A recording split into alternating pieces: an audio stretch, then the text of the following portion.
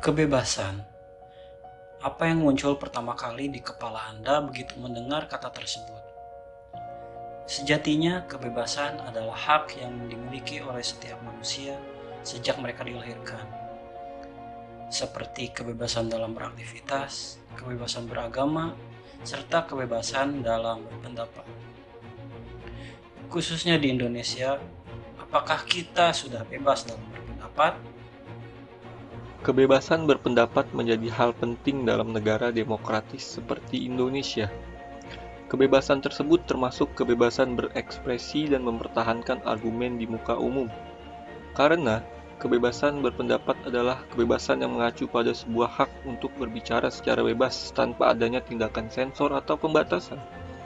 Konstitusi telah menjamin kebebasan berekspresi dan berpendapat yang selanjutnya ditafsirkan dalam undang-undang.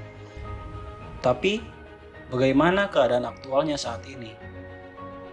Namun, pada kenyataannya, berdasarkan temuan survei nasional yang dirilis Indikator Politik Indonesia yang dirilis pada bulan April tahun 2022 dengan tajuk Trust terhadap Institusi Politik, Isu-isu Mutakhir dan Dinamika Elektoral jelang Pemilu Serentak 2024 menerangkan bahwa saat ini mayoritas masyarakat Indonesia justru semakin takut untuk menyatakan pendapatnya.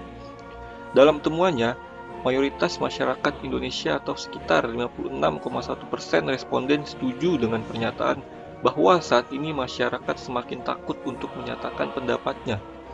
Bahkan, 6,8% responden lainnya menjawab sangat setuju.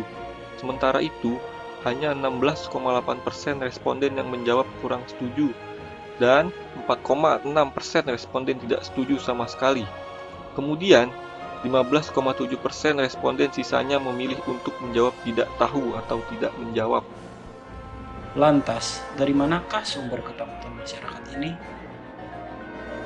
Ya, benar. Rasa takut tersebut berasal dari Undang-Undang Nomor 11 Tahun 2008 yang direvisi pada tahun 2016, alias UU ITE, yang membatasi 3 jenis HAM, yakni kebebasan berekspresi dan berpendapat, hak atas akses informasi, dan hak atas privasi. Padahal, sistem hukum Indonesia telah menjamin penghormatan hak-hak tersebut via Undang-Undang Negara Republik Indonesia 1945 dan Pancasila. Berdasarkan survei yang sama, ketakutan berekspresi ini mendorong masyarakat untuk meminta pemerintah dan DPR segera merevisi UU ITE yang dianggap menjadi salah satu sumbunya. Hal itu dibuktikan dari temuan survei yang tertulis bahwa sekitar 54,8% responden setuju dan 4,7% responden sangat setuju dengan usulan revisi UU ITE. Hanya sekitar 7,9% responden yang menjawab kurang setuju dan 2% responden lainnya menjawab tidak setuju sama sekali.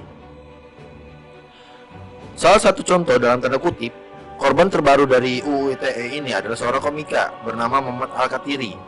Muhammad Al-Katiri dipolisikan oleh anggota DPR dari fraksi Partai Nasdem, Hilary Brigita Lasut.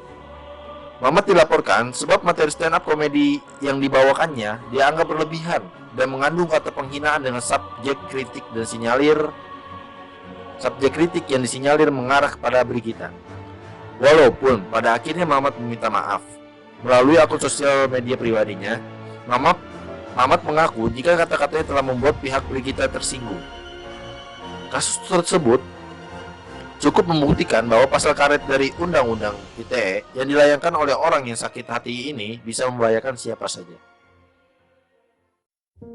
Yang berlalu biarlah berlalu. Kita sebagai masyarakat biasa hanya bisa berharap semoga pemerintah terus berupaya untuk memperbaiki iklim kebebasan berpendapat melalui kajian ulang keberadaan UU ITE serta penegakan hukum yang dilakukan oleh kepolisian. Dan semoga pemerintah juga terus mengedepankan pendekatan dialog dalam penyelesaian kasus-kasus, terutama terkait hak bicara. Lekas bebas, masyarakat Indonesia.